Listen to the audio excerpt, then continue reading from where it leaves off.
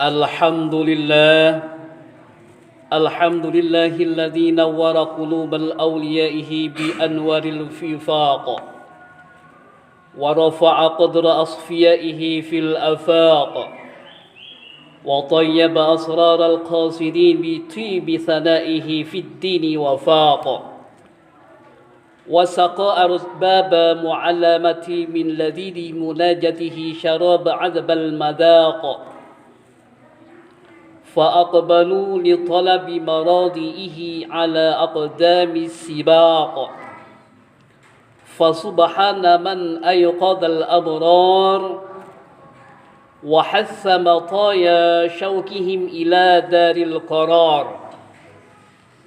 واستنهض عزائمهم إلى المسارعة والبدار أشهد أن لا إله إلا الله وحده لا شريك له شهادة صفى موردها وراق نرجو بها النجاة من نار شديدة الإحراق وأشهد أن محمدا عبده ورسوله أشرف الخلق على الإطلاق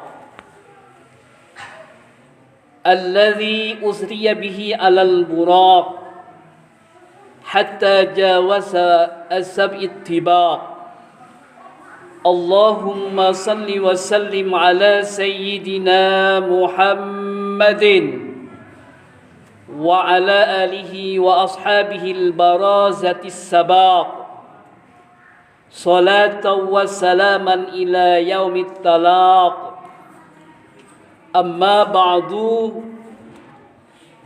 فيا عباد الرحمن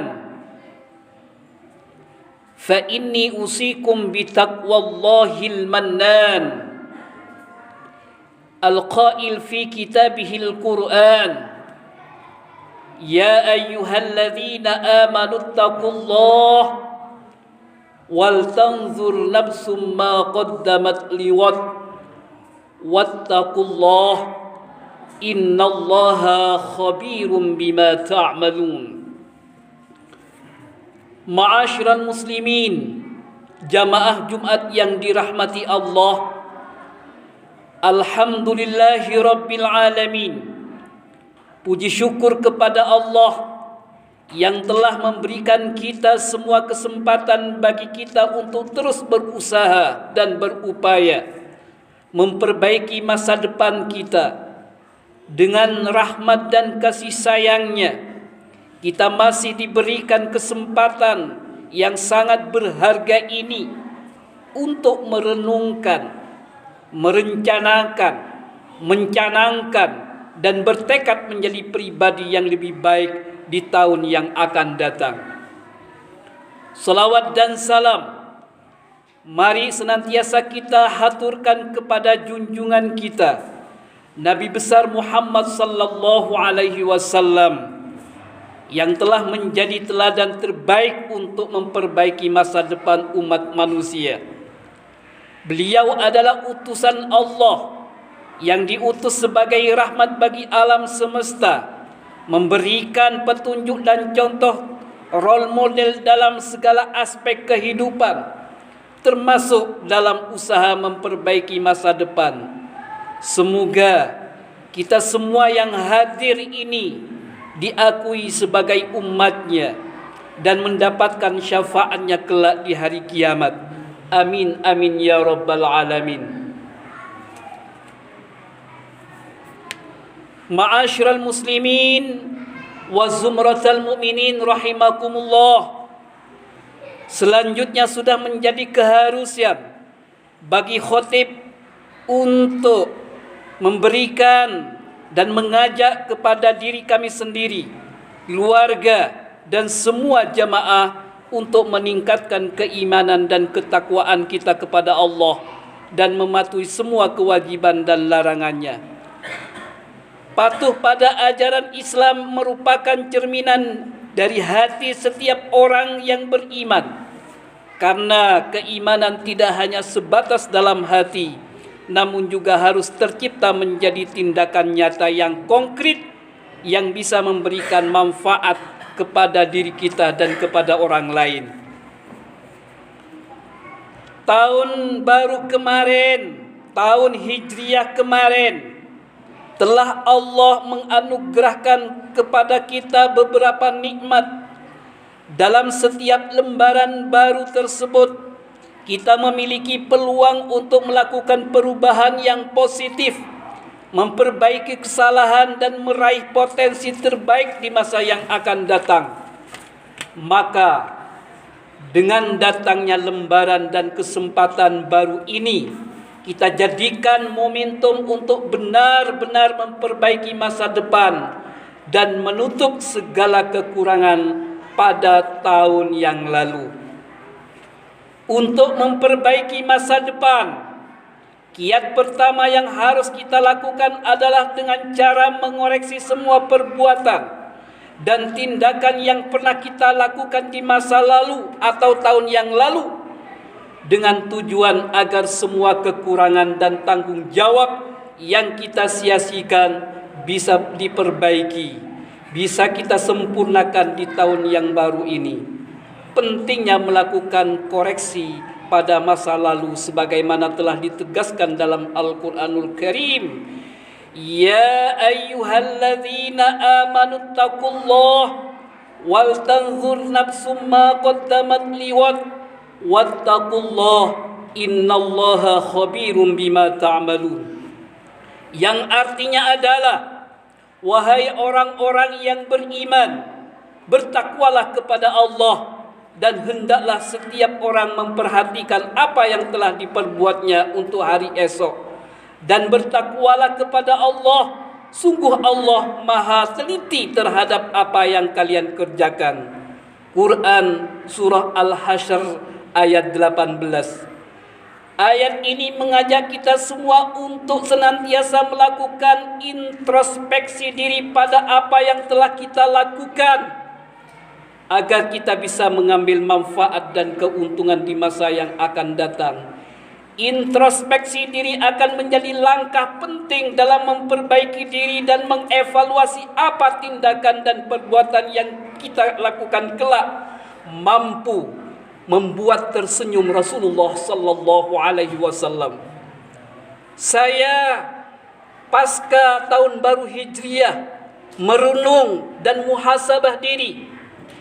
Ternyata orang terkaya di dunia bukan orang Muslim. Orang yang terkaya di Indonesia itu bukan orang Islam, yaitu masih dikuasai 9 naga. Orang terhebat yang meraih Nobel terbanyak bukan juga orang Muslim, ternyata orang Zionis Israel. Memang kita akui umat Islam itu jago berargumentasi dan berorasi, tetapi miskin literasi dan berdistribusi. Oleh sebab itu, penulis merenung tentu untuk menyamai orang-orang kaya, untuk menyamai orang-orang hebat, mungkin khatib tidak bisa karena terlalu jauh langkah-langkah mereka yang dilakukannya. Tetapi paling tidak penulis khatib setiap hari menulis buku yang alhamdulillah tahun baru kemarin sudah ditutup karya saya adalah jumlahnya 80 buku judul. Dan ini masih kalah. Penulis terbanyak di Indonesia itu masih dipegang oleh non-muslim, orang Kristen. Dan buku saya masih kalah banyak, separuh dari mereka. Oleh sebab itu, obsesi tahun ini, tulisan saya mencapai 100 buku. Dan selama sisa-sisa hidup saya bertakarub dan memohon kepada Allah Subhanahu wa taala, paling tidak tulisan saya di usia saya ini dan sisa-sisa hidup saya mampu menyamai penulis terbanyak di Indonesia. Dan bahkan saya beriktimat kepada Allah Subhanahu wa taala agar supaya di sisa-sisa usia saya mampu menulis 200 buku. Paling tidak ini amalan yang menjadi trending topik, yang menjadi personal branding kita, yang mampu membuahkan senyuman dari Rasulullah sallallahu alaihi wasallam. Para jamaah yang dimuliakan Allah Subhanahu wa taala, banyak cara untuk membahagiakan Rasulullah. Ketika para jamaah kita semua mempunyai skill berdagang, berdaganglah sehingga dapat membuat senyum Rasulullah sallallahu alaihi wasallam. Ketika para jamaah mempunyai bakat skill mengajar, jadilah muallim sehingga mendatangkan senyum bahagia Rasulullah sallallahu alaihi wasallam. Jangan malu untuk mengajar. Jangan malu mengajar Al-Quran. Karena salah satu Grand Al-Azhar yang kemarin datang ke Jakarta, di sela-sela para ulama, beliau menyampaikan, saya rela dan melepaskan Grand Al-Azhar ini untuk mengajarkan Al-Quran. Dan cita-cita terbesar saya selama hidup adalah menjadi muallimil Quran, menjadi orang yang ngajar ngaji. Subhanallah, ini menjadi sebuah inspirasi besar bagi kita. Seolah-olah yang selama ini orang yang belajar dan mengajar Al-Quran dianggap sebelah mata, tetapi di mata Grand Al-Azhar, Profesor Dr. Syekh Ahmad Thayyib yang saat ini masih di Indonesia, ternyata memberikan aplaus, memberikan reward, penghargaan bagi orang-orang yang sudi meluangkan waktu untuk mengajarkan anak-anaknya terhadap Al-Quranul Karim. Ma'asyiral muslimin wa zumratal mu'minin rahimakumullah. Penjelasan ini sebagaimana disebutkan oleh Imam Ibnu Katsir dalam tafsir Al-Quranul Azim Juz 8 halaman 77.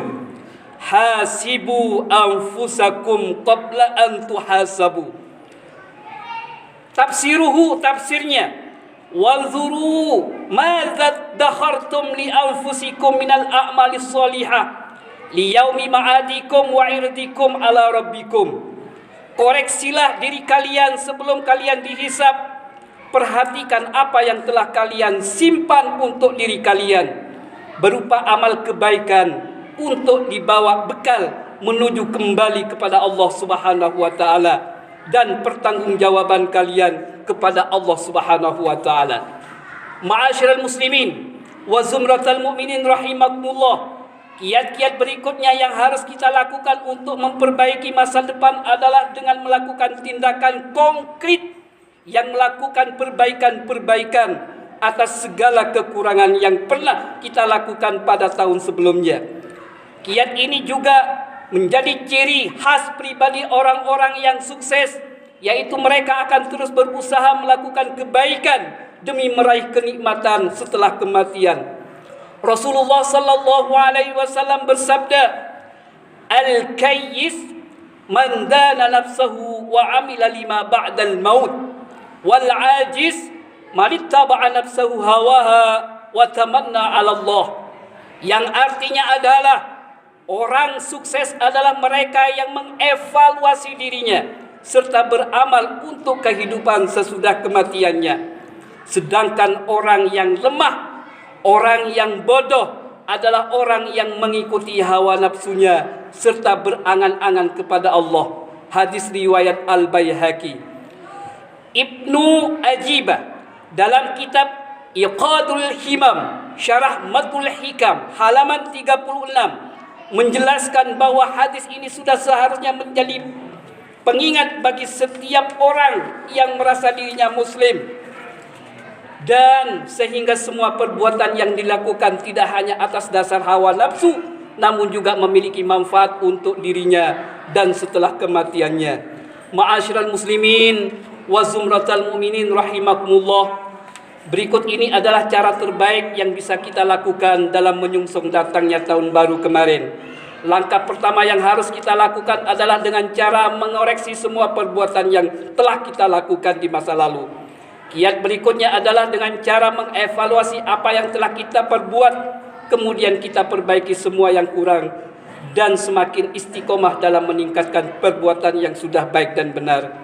Dengan demikian, Jika semua perbuatan dan langkah-langkah yang kita tempuh selama setahun sebelumnya, maka mari kita semua bersyukur kepada Allah yang telah memberikan kita hidayah dan pertolongan untuk terus istiqomah di jalannya yang benar. Jika belum benar dan belum sempurna, maka mari kita perbaiki di lembaran tahun yang baru ini dan jangan sampai mengulanginya kembali. Itu mungkin khutbah yang khotib bisa sampaikan dalam awal tahun baru Hijriah kali ini tentang kiat-kiat untuk memperbaiki masa depan yang lebih benar sesuai dengan ajaran Islam. Semoga kita yang hadir mendapatkan ma'unah inayah dari Allah Subhanahu wa taala. Amin amin ya rabbal alamin. Barakallahu li wa lakum fil hadzal yaumil karim. Wa nafa'ani wa iyyakum bima fihi minas salawati was sadaqah wa tilawatil Qur'an wa jami'it ta'ati wa taqabbala minna wa minkum jamal a'malina innahu wal hakimul alim.